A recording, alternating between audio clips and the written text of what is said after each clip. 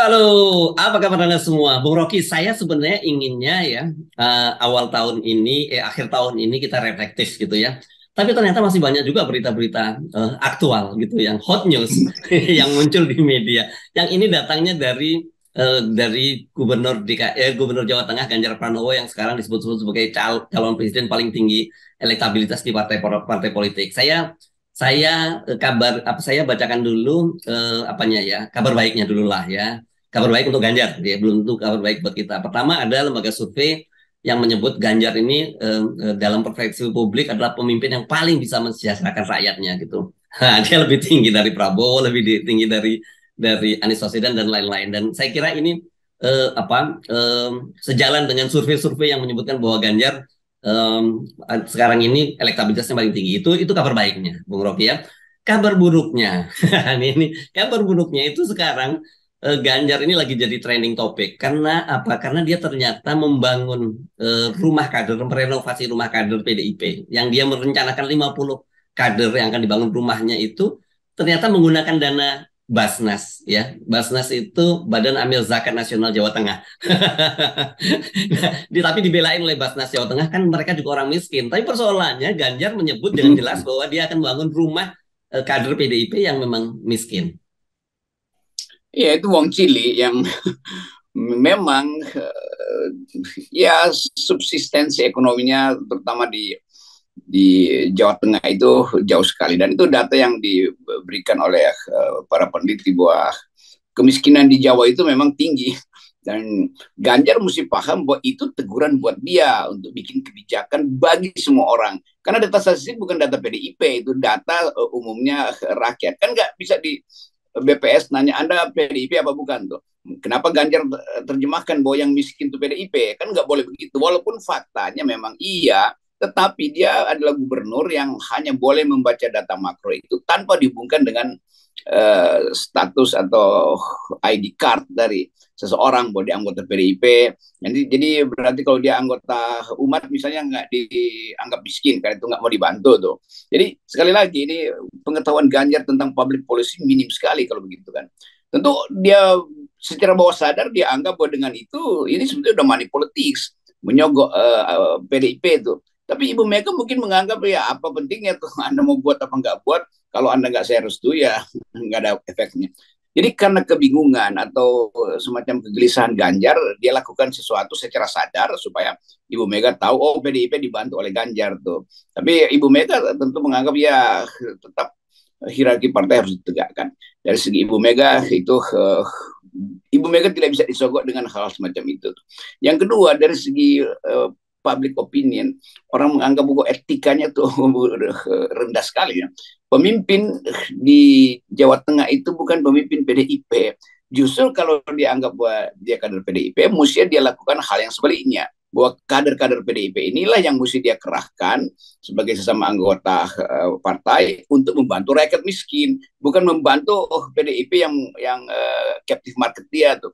Jadi sekali lagi mungkin kampanye-kampanye semacam ini yang mesti diperbanyak supaya kita lihat bahwa semua partai, semua calon presiden sebetulnya nggak paham etika politik, kira-kira begitu. Baru kita filter satu-satu siapa yang paham. Jadi mesti dianggap dulu semua nggak paham supaya Ganjar masuk di dalam anggapan yang sama tuh.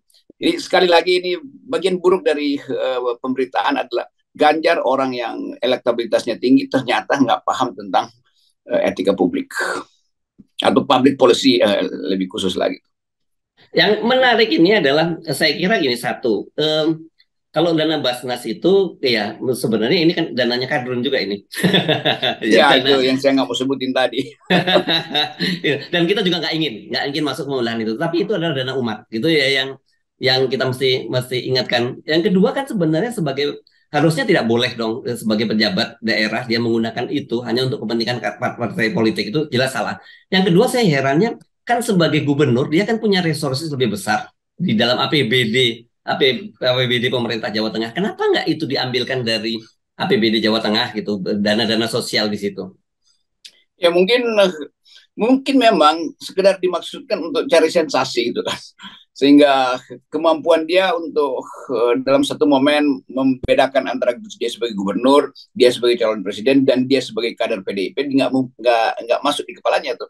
Jadi hal-hal yang sangat sensitif, dia nggak paham itu, apalagi pakai dana Basnas tadi itu. Dan itu juga kan harus ada pertimbangan. Dan kelihatannya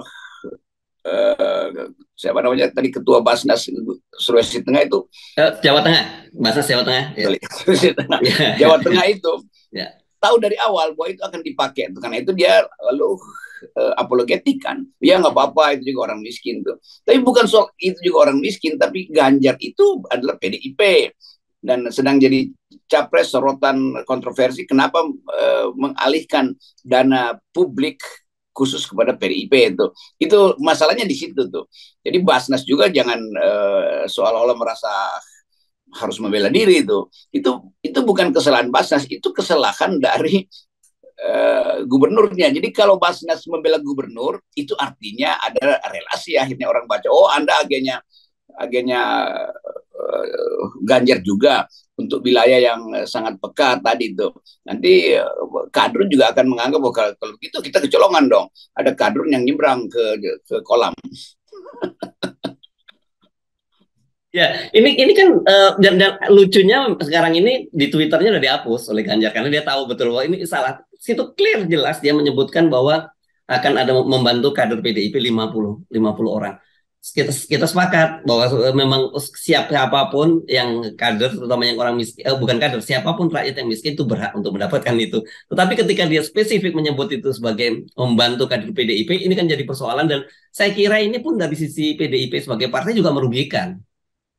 Ya jelas ini PDIP udah mungkin udah rapat internal karena kelakuan Ganjar menyebabkan orang sinis pada PDIP. Karena kan dianggap misalnya kader-kader PDIP itu minta ganti rugi dalam bentuk tadi dana perbaikan atau bantuan kemiskinan, dan itu akan nyampe ke DPP. Sementara DPP menganggap bahwa mereka udah kami bail out kok kemiskinan di situ tuh. Jadi mestinya kan Ganjar bilang saya kader PDIP bukan sebagai gubernur, tapi itu nggak mungkin karena itu melekat langsung tuh dalam kedudukan dia sebagai gubernur. Ya udah hal yang udah terjadi terus mau dicarikan alasan udah susah itu, karena publik akhirnya kepung Ganjar dengan semacam sentimen baru bahwa dia betul-betul memang bukan pemimpin bangsa, dia cuma pemimpin PDIP itu, dan bahkan pemimpin PDIP yang disingkirkan. Oleh karena itu nyari muka lagi pada Ibu Mega. Kan mestinya Ganjar tampil sebagai negarawan, bukan sekedar sebagai kader PDIP itu atau petugas partai. Itu intinya tuh. Jadi kalau kita bikin semacam analisa fenomenologis bahwa di dalam diri sang calon ini, Pak Ganjar ini, belum ada aspek kebangsaan, belum ada bahkan aspek kenegarawanan itu. Dia tetap dianggap sebagai ya lokal doang itu, dan hanya mengurus partai, nggak mampu mengurus bangsa. Itu kan kampanye negatif jadinya. Ya, ya. Dan saya jadi buka-buka file lama ini, Bung Rocky. Ternyata pernah terjadi juga. Waktu itu Ganjar juga datang ke kader PDIP yang miskin juga, bahkan ke pengurus gitu ya, pengurus PDIP. Seingat saya, nanti kita cek kembali, itu di Wonosobo ya. Dan pada waktu itu kemudian ternyata ketika dia membantu itu masuk dalam konten dia kan. Ganjar ini punya YouTube yang juga subscribernya cukup besar, digunakan konten. Dan kemudian si kader ini merasa dia tersinggung karena dia kemiskinan dia dipolitisasi untuk popularitas Ganjar, dan kemudian dia kembalikan ke bantuan-bantuan dari Ganjar oleh kader PDIP tadi. Ini bukan pertama kali rupanya. Jadi Ganjar coba-coba lagi nih. Kalau satu orang mungkin dikembalikan, kalau 50 orang nggak akan dikembalikan. Tetapi tetap publik akan kaitkan itu, dan Bapak yang mengembalikan itu justru yang lebih pantas jadi presiden karena dia tahu bahwa dia nggak ingin dibantu hanya demi popularitas seseorang. Jadi sebetulnya kader-kader PDIP ini walaupun dimiskin tapi dia ada harga diri tuh. Mereka tahu bahwa ya Bung Karno mengajarkan tentang kemandirian, berdikari, berdiri di atas kaki sendiri itu. Bantuan negara itu sebaiknya diberikan pada orang-orang yang lebih membutuhkan. Kira-kira itu pride dari PDIP kan. Dan sebagai partai besar tentu PDIP punya uang cadangan sosial sendiri sebagai partai itu. Jadi Ganjar justru memanfaatkan sesuatu yang akan berbalik dan pada akhirnya berbalik menyerang dia tuh, bahwa dia bukan tokoh nasional, dia cuma tokoh lokal, dan bahkan lokal di 1, 2, 3 desa di Jawa Tengah kan, karena dianggap ya udah kalau mengandalkan Ganjar bisa memimpin dengan visi kenegarawanan justru kurang sekali itu. Hal yang paling sensitif pun dia nggak ngerti itu. Penggunaan dana publik itu tidak boleh dikaitkan dengan eksklusivitas atau favoritisme pada anggota-anggota partainya. Itu juga sebetulnya menghina PDIP juga. Karena PDIP nggak bisa ngurus, sehingga Ganjar sebagai gubernur yang disuruh ngurus. Kira-kira begitu kan pikiran publik.